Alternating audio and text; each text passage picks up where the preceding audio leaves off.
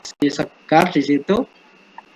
Selama di lapangan tentunya akan mengalami berbagai gangguan dan penyakit. Nah, itu akan berakhir ketika tanamannya sudah mati. Kalau mati berarti sudah bukan tanaman lagi, sehingga itu mulai ada peran kerusakan karena hama penyakit pada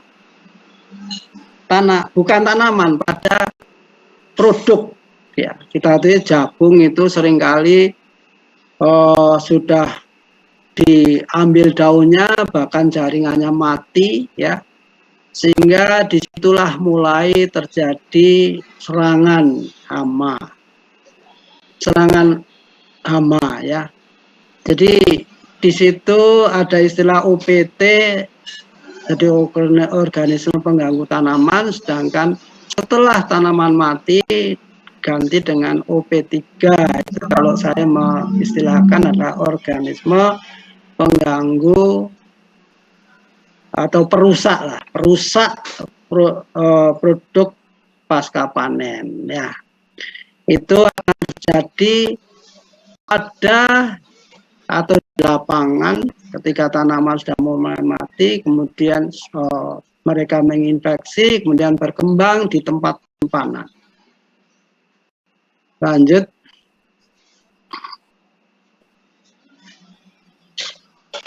Lanjut Pak Agus, yang kedua.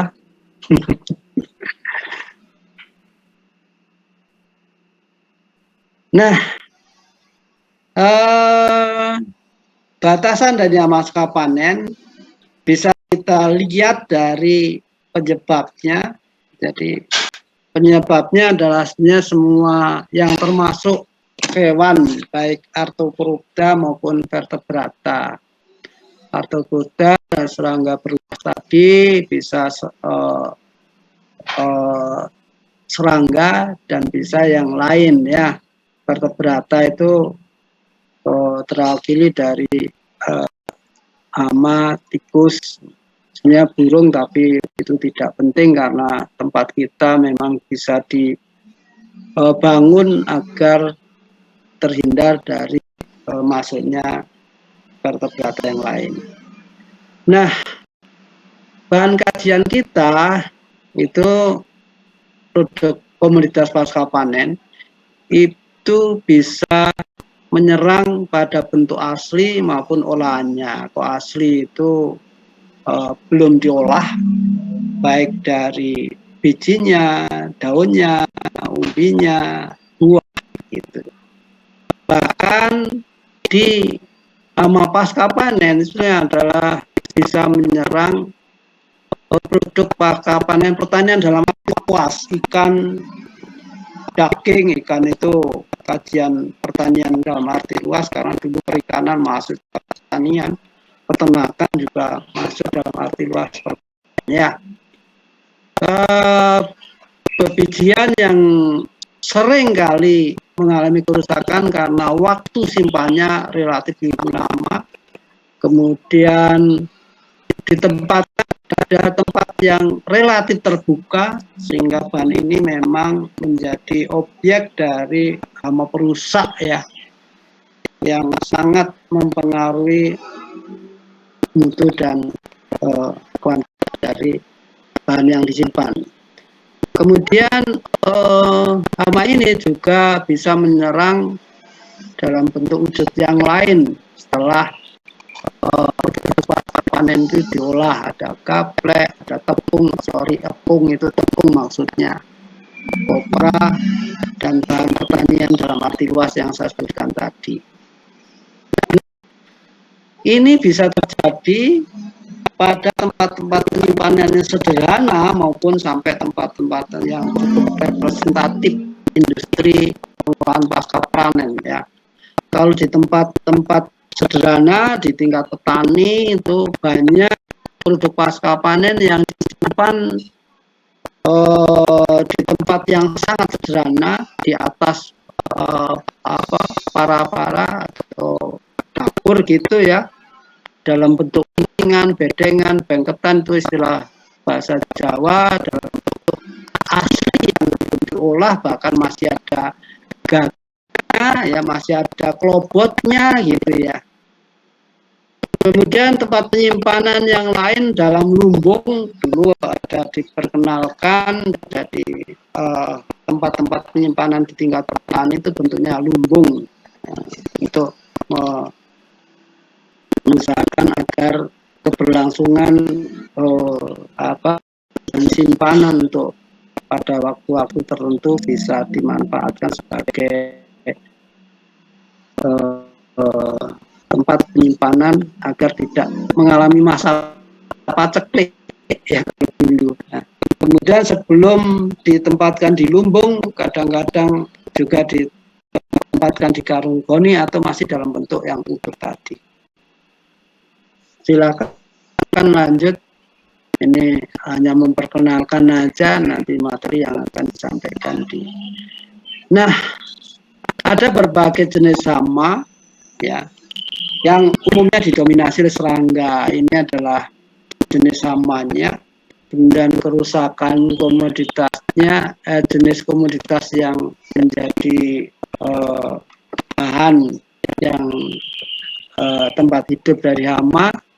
Kemudian ini akan rusak selama jangka waktu tertentu karena memang digunakan untuk proses pertumbuhan dan perkembangan serangganya.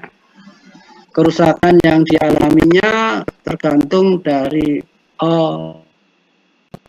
kondisi fisik dari bahan yang disimpan, terutama adalah kadar airnya, kemudian wujud bahan yang disimpan, kalau masih ada tempat bahan-bahan pelindungnya, mungkin berupa klobot, kulit, dan sebagainya, itu akan mengalami kerusakan yang relatif rendah dibandingkan bahan-bahan yang sudah mengalami olahan. Nah, itu bisa menyebabkan kerusakan atau susut ya, dalam hal berat atau dan susut mutu.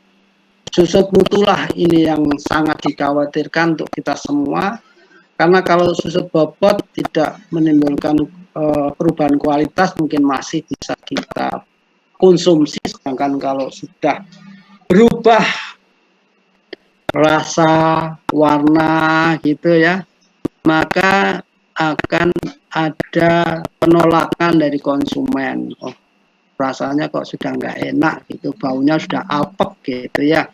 Ini bahkan susut mutu ini juga di tempat penyimpanan menyebabkan berbagai perubahan lingkungan, karena susut mutu itu akan menimbulkan bau, kemudian ada kotoran ya yang menempel ke bahan, maka kotoran itu juga bisa memunculkan organisme yang memanfaatkan kotoran itu, maka akan terjadi hama lebih banyak lagi.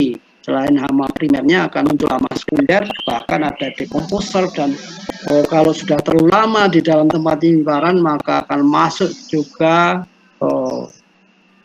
organisme yang lain, misalnya pemakan bangkai, kemudian musuh alami. Kalau sudah demikian rusak bahannya, maka akan timbul berbagai masalah di tempat penyimpanan. Mama, lanjut. Ngapain? Udah sini aja. Lanjut Mas Agus.